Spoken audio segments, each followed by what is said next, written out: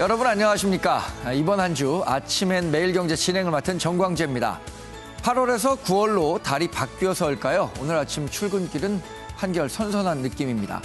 코로나19로 웃을 일이 없다는 분들이 주위에 많아졌습니다. 사실 웃음은 그 자체로 강력한 면역력을 준다고 하는데 웃을 일이 없으니까 면역력이 떨어져서 코로나19에 더 잘 걸리는 건 아닌지 모르겠습니다. 일부러라도 더 열린 마음으로 즐겁게 일상을 마주해야겠습니다. 그럼 2020년 9월의 첫날 오늘의 일면 기사 살펴보기로 하겠습니다. 매일경제신문 일면입니다. 사회적 거리두기 2.5단계 후폭풍으로 외식과 골목 상권이 패닉 상태에 접어들었다는 소식을 전하고 있습니다. 반대로 온라인 주문은 폭주하고 있는데요. 코로나19가 바꿔놓은 시대적 변화를 읽어볼 수 있습니다. 한겨레 일면입니다. 의대 정원 확대와 공공의대 설립 등을 두고 의사들과 갈등을 빚고 있는 정부가 의료계 원로들의 요청을 받아들여서 의사고시를 일주일 연기하기로 했습니다. 문재인 대통령은 코로나 안정 뒤엔 의료계가 제기한 문제에 대해서도 협의를 하겠다고 밝혔습니다. 동아일보 일면입니다. 이낙연 더불어민주당 대표가 빠른 시일 내에 당정청 회의를 갖고 코로나19 지원 방안을 논의하겠다고 밝혔습니다. 그동안 이 대표가 주장해온 추석 전 자영업자 대상 선별 지원이 추진될 것으로 보입니다. 한국일보 일면 살펴보겠습니다. 미래통합당의 새로운 당명이 국민의힘으로 낙점됐다고 소개하고 있습니다. 당명을 새로 정하는 데는 김종인 비대위원장의 의중이 크게 작용했다는 설명입니다. 아침엔 매일경제를 통해서 명쾌하게 오늘의 이슈를 정리해 주실 네 분의 패널도 모셨습니다. 어서 오십시오.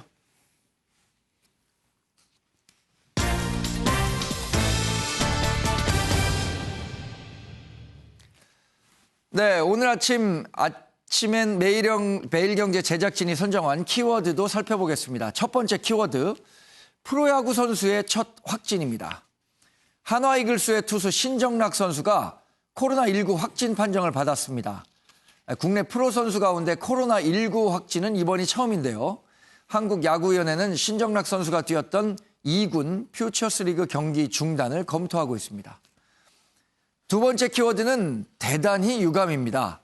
문재인 대통령이 집단 휴진을 이어가고 있는 의료계를 작심 비판하면서 진료 거부에 대해 대단히 유감이라고 밝혔는데요. 문 대통령은 또 의사가 있어야 할 곳은 환자 곁이라면서 의료계의 대승적 결단을 촉구했습니다. 세 번째 키워드는 철 들겠습니다입니다. 이게 누가 한 말이냐고요? 이재명 경기지사의 말인데요. 재난지원금을 전 국민에게 여러 차례 더 줘도 된다. 이렇게 한 이 지사의 발언에 대해서 홍남기 경제부총리가 책임없는 발언이라고 지적하니까 이 지사는 철이 들도록 노력하겠다. 이렇게 페이스북을 통해서 밝혔습니다. 마지막 키워드는 다주택 제로입니다. 청와대가 어제 새로운 비서관 6명을 임명했는데요. 특징이 있습니다. 다주택자는 단 한 명도 포함되지 않았다는 겁니다. 이에 따라서 청와대에서 비서관급 이상 참모진 65명 가운데 이제 다주택자는 한 명도 없게 됐습니다. 이제 본격적으로 오늘의 주요 뉴스들 짚어보도록 하겠습니다. 국민일보 일면에서 다룬 소식입니다. 예상보다 코로나 확진 환자 수 증가세가 빠르게 진행되면서 2만 명, 누적 확진자 수 2만 명에 육박하고 있습니다. 지금 현재 19,947명이 확진 판정을 받았는데 오늘 53명 이상이 확진 판정을 받으면 이제 국내 코로나19 확진자 수는 2만 명을 돌파하게 됩니다. 그래서 사회적 거리두기 2.5단계가 조금 더 길어질 수 있는 것 아니냐라는 우려도 나오고 있습니다. 이상희 평론가님, 이 기사 보고 2.5단계 지금 지난 일요일부터 시행됐잖아요. 네, 그렇죠. 9월 6일까지 8일 동안 진행되는데 이게 사회적 부작용도 크고 긍정적 효과도 있겠지만 2.5단계 길어질 수 있다는 그 예측 기사를 보고 소회가 어떠셨습니까? 일단 뭐 2.5단계라는 그 이 내용 자체, 그 단어 자체가 이야기하는 부분들이 상당히 이제 정부의 고민을 엿볼 수가 있는 것이죠. 네. 바로 3단계로 전격적으로 진입하게 되면 여기에 미치는 정치적인, 경제적인 영향 이 부분이 굉장히 지대하기 때문에 우선적으로 2.5단계라는 그런 단어를 통해서 네. 여기에 대한 경각심을 키우겠다. 아마 이런 정부의 의지가 있는 것 같습니다. 9월 6일까지 2.5단계가 진정이 되지 않을 3단계로 가겠다. 이런 네. 부분인데 지금 상황에서 본다 그러면은 계속해서 이 부분들이 완벽하게 해소될지에 대해서는 뭐 아직까지도 여기에 대해서는 아무도 예단할 수가 없는 그런 상황입니다. 그렇죠. 문제는 이제 9월 6일 이후에도 이 숫자 자체가 확진자 숫자가 계속 증가 추세에 나타난다면 본격적으로 3단계로 갈 수밖에 없는데 네. 이건 뭐 이미 언론에서도 이야기했듯이 3단계가 가게 되면은 경제적인 미치는 파장이 굉장히 심각해진다. 그렇죠. 것이죠. 물론 뭐 여기에 대해서는 여러 가지 대책도 준비할 수는 있겠습니다만은 이 경제적 파장, 특히 자영업자들의 대책은 어떻게 해야 될 것이냐 이런 부분들이 심각하게 대두가 됩니다. 그런데 저는 이제 두 가지를 좀 우리가 중점적으로 생각해봐야 되겠는데 예. 어떤 나라든지 뭐 동서고금 유사 이래로 국가가 재난이 됐을 때는 가장 중요한 힘이 국민 통합의 힘입니다. 국민 통합의 힘이라는 것은 어떤 것을 베이스를 하고 있냐면은 예. 정부, 지도자들 이런 지도부가 이야기하는 부분들을 어떻게 신뢰를 하느냐, 그것을 예. 어떻게 믿고 따르느냐 이 부분이거든요. 그런데 지금 2.5단계, 3단계까지 거론되는 시점에서 과연 우리의 현실은 어떠한가? 네. 이건 우린 좀 냉정하게 봐야 될 것 같습니다. 아직까지도 코로나19가 굉장히 위험하고 시급성이 있다라고 이야기했지만 국민 통합의 부분이 아직까지 갈등이 되고 있다는 것이죠. 이런 것들이 있어서 정부가 정책에 대한 신뢰성 그리고 여기에 어떤 정치적 복선이 있다든가 네. 이런 부분들은 좀 먼저 솔선수범해서 이런 부분을 해소시켜 나가는 것이 필요하다. 그래서 네. 만약에 가능하다 그러면은 이런 것들이 3단계로 만약에 진입하게 되고 또 그럴 가능성이 높다면은 이 청와대라든가 정부 여당에서 코로나19에 대한 여야정 협의체를 구성해서 하는 것이 맞다. 여기에 네. 정치적 일체의 복선을 여기에 말끔히 해소하고 예. 어떤 정치적인 논쟁을 이 코로나19 확산까지는 진정하겠다, 삼가하겠다라는 어떤 그런 대타협에 대한 부분들이 절대 필요하지 않나 네. 이렇게 생각합니다. 말씀하신 것처럼 국가가 위기일 때는 사실 사회 통합이 굉장히 중요하잖아요. 그래서 어떤 위기 때마다 국정 지지도, 사실 지금 문재인 대통령에 대한 국정 지지도도 하락했다가 최근에 이 코로나19 확진자 수 증가를 계기로 국가가 우리를 더 안전하게 보호해 줄 것이다라는 확신이 그런 기대감이 작용하면서 그 국정 지지도 높아지는 추세인데 가장 걱정할 건요. 기사에서도 지적했지만 수도권 확진자가요. 5,177명을 기록했다는 점입니다. 그러니까 과거 이 대구에서 발생한 신천지 교회 사태 이후에 대규모 감염 사태가 지방에서 있다가 이제 수도권으로 확산이 되면서 방역에 조금 더 어려움이 있는 것 아니냐라는 분석들이 있는 것 같아요. 윤기찬 변호사님. 그래서 저는 이게 감염 경로가 확인되지 않은 이제 확진자 수가 늘어나고 있잖아요. 네. 그래서 한 20%를 넘긴다고 지금 기사에 나오고 있는데 이게 단계별로 이렇게 나눌 것이 아니고 예전처럼 주의 경계 심각으로 일단은 단계를 이름 짓는 게 좋을 것 같고요. 예. 이게 이제 2.5단계 그러니까 국민들이 받아들이기에는 그 구체적인 내용이 떠오르질 않아요. 그래서 네. 차라리 구체적으로 어떤 제한 조치, 어떤 금지 조치가 있는지에 대해서 그 내용 위주로 발표하는 게 좋을 것 같고 또 하나 아쉬운 것은 사실은 이 감염 경로 불명의 이 확산을 막기 위해서는 이 3단계 지금 이 구별 기준에 따르면 3단계로 가는 게 맞다고 봐요. 3단계를 짧게 가서 그것이 자영업자를 살리는 길이고 네. 지금 이제 2.5단계 하다 보니까 사실 방역 구멍이 좀 있는 거거든요. 풍선 효과를 막기가 어려워요. 예를 들면 예. 프랜차이즈 카페를 막는데 실제 제과점 운영하는 카페 같은 거는 또 대상이 아니기 때문에 글로 사람이 몰리고 그렇죠. 그다음에 이제 학원은 인원수에 상관없이 막는데 학원법에 따른 교습소는 9명 이하는 또 막지 않고 그 아이들이 만약에 무증상 감염을 학교를 가게 되면 또 전파되는 거거든요. 네. 그래서 기준이 일단은 한 명이든 두 명이든 사람들이 모이는 것을 막기 위한 정책이라면 단계를 따질 것이 아니고 전면적으로 한 며칠 딱 금지시키는 것이 네. 그것이 2.5단계 또는 3단계 길어지지 않고 경제적 타격도 적고 방역도 유리하고 예. 그래서 정부는 좀 위험 부담이 있지만 일단 한 짧게 일주일 정도는 굵고 강하게 막았어야 된다. 네. 저는 그렇게 좀 아쉬운 생각을 했습니다. 그래서 정은경 중앙방역대책본부 본부장이죠. 거리 두기는 짧게 맞춰야 효과가 있다. 굵고 짧게 맞춰야 그 거리 두기의 효과를 거둘 수 있다. 이렇게 얘기를 하고 있습니다. 어제 나온 정은경 본부장의 얘기 직접 한번 들어보겠습니다. 많은 분들의 고통과 불편을 수반하는 지금의 강력한 조치가 유행 억제의 반전을 이끌어내려면 국민들이 모두 함께 철저하게 방역에 참여해서 강화된 2단계 사회적 거리 두기를 굵고 짧게 잘 맞춰야 방역의 효과도 낼 수 있고 피해도 최소한으로 줄일 수가 있습니다. 네, 이 정은경 본부장의 얘기를 한국일보 3면에서 집중 소개를 하고 있습니다. 들으신 것처럼 거리두기는 짧고 굵게 맞춰야 사회적 거리두기로서 이 목표를 훨씬 더 잘 달성할 수 있다. 이렇게 얘기를 하면서 이번 주가 이 확진자 증가세를 가를 분수령이다. 그러니까 사회적 거리두기에 대한 철저한 이행이 필요하다. 이렇게 당부를 하고 있습니다. 배정호 교수님도 이번 주 뭐 대부분 약속 취소하시고 사회적 그렇습니다. 거리두기 잘 준수하고 계시죠? 그렇습니다. 지금 이제 가장 중요한 것은 우리가 국민적 방역 수준을 넘어서기 전에 이 방역을 책임 있게 통제하는 것 아니겠습니까? 그래서 정부에서도 사실상 사회적 거리두기 3단계에 준하는 이제 2.5단계를 하고 있는데 예. 가장 중요한 것은 국민적인 경각심이 중요한 것 같아요. 사실 좀 전체적으로 약간 해이해진 측면이 있었는데 이번에 이제 정은경 본부장을 중심으로 해서 네. 강력하게 지금 사회적 거리두기를 실시함으로 인해서 다시 국민적 경각심이 좀 고조되고 있는데 이게 경제와 방역이 맞물려 있다는 게 가장 큰 고민 아니겠습니까? 네.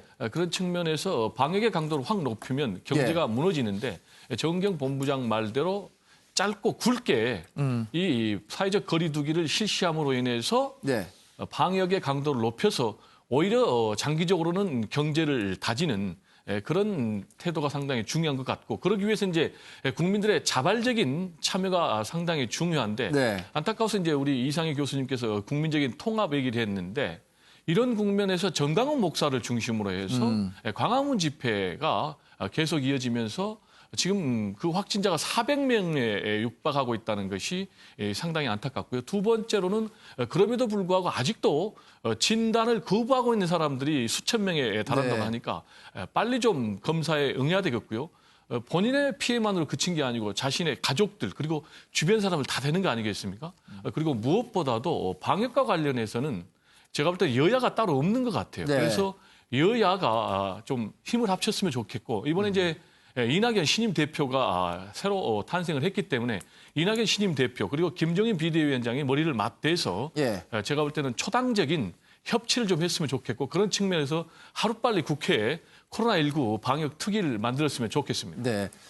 이게 확진자가 2만 명 육박하지만 국내 의료진의 헌신적 노력과 그동안 축적해온 의료 시스템의 기반 하에서 우리나라의 치명률은 상당히 좀 다른 선진국에 비해서도 좀 낮았기 때문에 어쩌면 젊은 사람들이나 이런 면역력에 자신이 있는 사람들은 이 코로나19에 조금 둔감해 있었던 게 아닌가 이런 생각도 있거든요. 말씀하신 것처럼 이게 나뿐만 아니라 내가 사랑하는 다른 가족들에게 전염될 수 있고 그런 측면에서 본다면 정부의 방역 노력에 적극 동참해야겠죠. 자, 서울신문 일면은요. 이 코로나19 확진에 따른 사회적 거리두기가 강화되면서 나타나는 우리 사회의 부작용들에 대해 설명을 좀 하고 있습니다. 글쎄 이게 뭐 자영업자들의 솔직한 심정일지도 모르겠습니다. 차라리 셧다운이 낫겠다. 자영업자들이 절규하고 있다고 소개를 했는데요. 사진을 통해서도 서울 남대문 시장에 아주 텅텅 비어있는 모습을 그대로 보여주고 있습니다.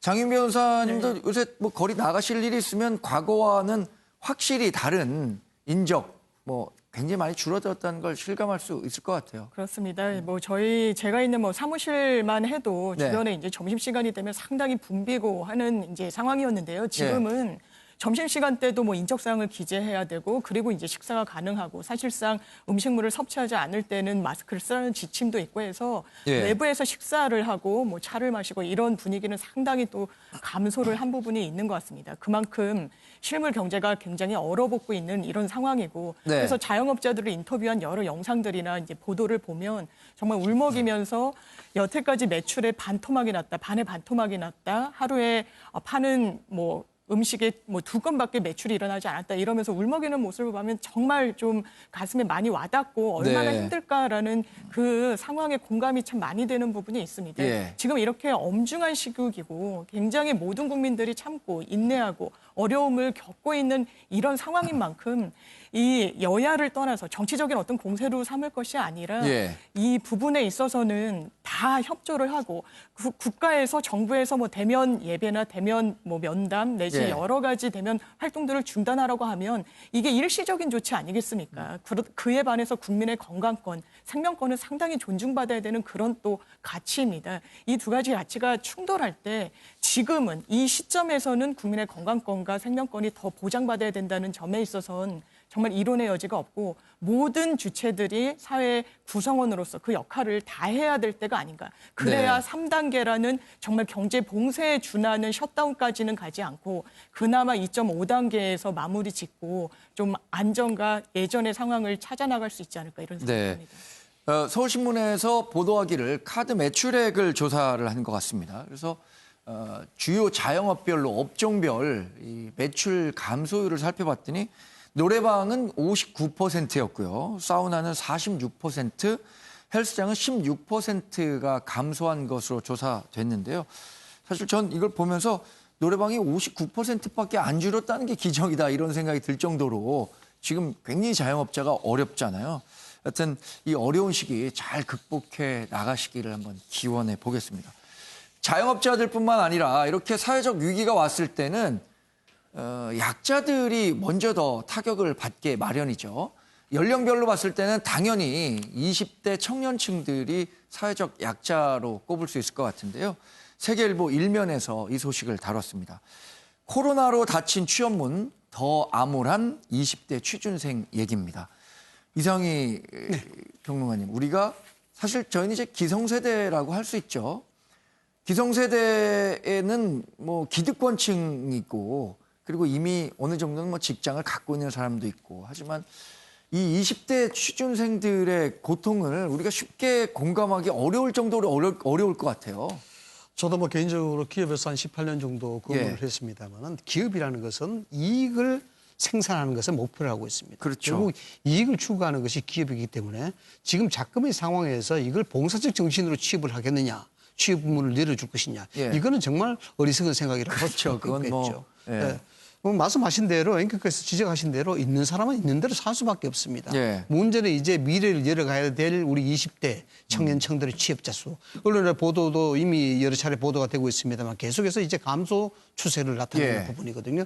여기에다 더욱더 뭐 경제의 앞으로 상황이 그러면 코로나19가 끝난 뒤에 좀 좀 나아질 수 있는 그런 밝은 전망이 있겠느냐. 이 부분도 굉장히 회색빛 전망이 많단 말입니다. 예. 여기 또 국가적인 재정 기준, 재정에 대한 나라 국간의 상태 이 부분도 좀 고민해야 되는 부분이고 이런 것들이 어쩌면은 미래 세대 즉 20대 청년층들이 앞으로 짊어져야 될 무거운 짐이다라는 예. 것을 첫 번째로 말씀을 드릴 수가 있을 것이고 그다음 두 번째로는 정말 20대들이 우리가 예전에 1997년도의 IMF 세대 그렇죠. 이 IMF 세대를 굉장히 가장 불행한 네. 세대라고 이야기했는데 그보다 훨씬 더한 어떤 이 고통을 안고 있는 것이 지금 코로나 세대가 아닌가 네. 이렇게 생각이 됩니다. 물론 뭐 대학문을 나서자마자 아예 대인 관계라든가 예. 또 여러 가지 커뮤니티 활동이라든가 또 네트워크에 만드는 어떤 방법이라든가 이런 것들이 완전히 단절되고 있는 그런 상황이거든요.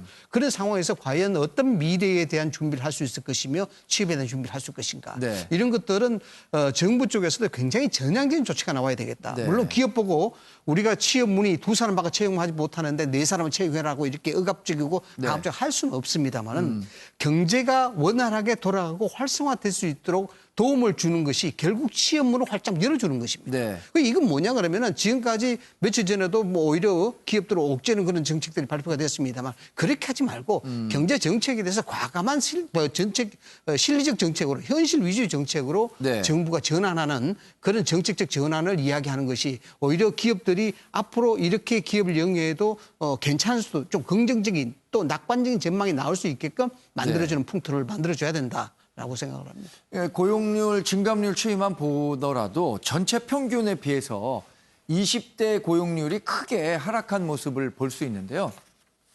사실 뭐 말씀하신 것처럼 1997년도 IMF 외환위기와 2008, 9년 글로벌 금융위기를 거칠 때도 가장 그 타격을 많이 받았던 그 계층들이 사회적 약자, 특히 20대들이었거든요. 말씀하신 것처럼 정부가 뭐 잡쉐어링이든 워크쉐어링이든 이런 식의 적극적인 청년 고용 정책들을 마련해야 하는 시점이라는 생각이 듭니다.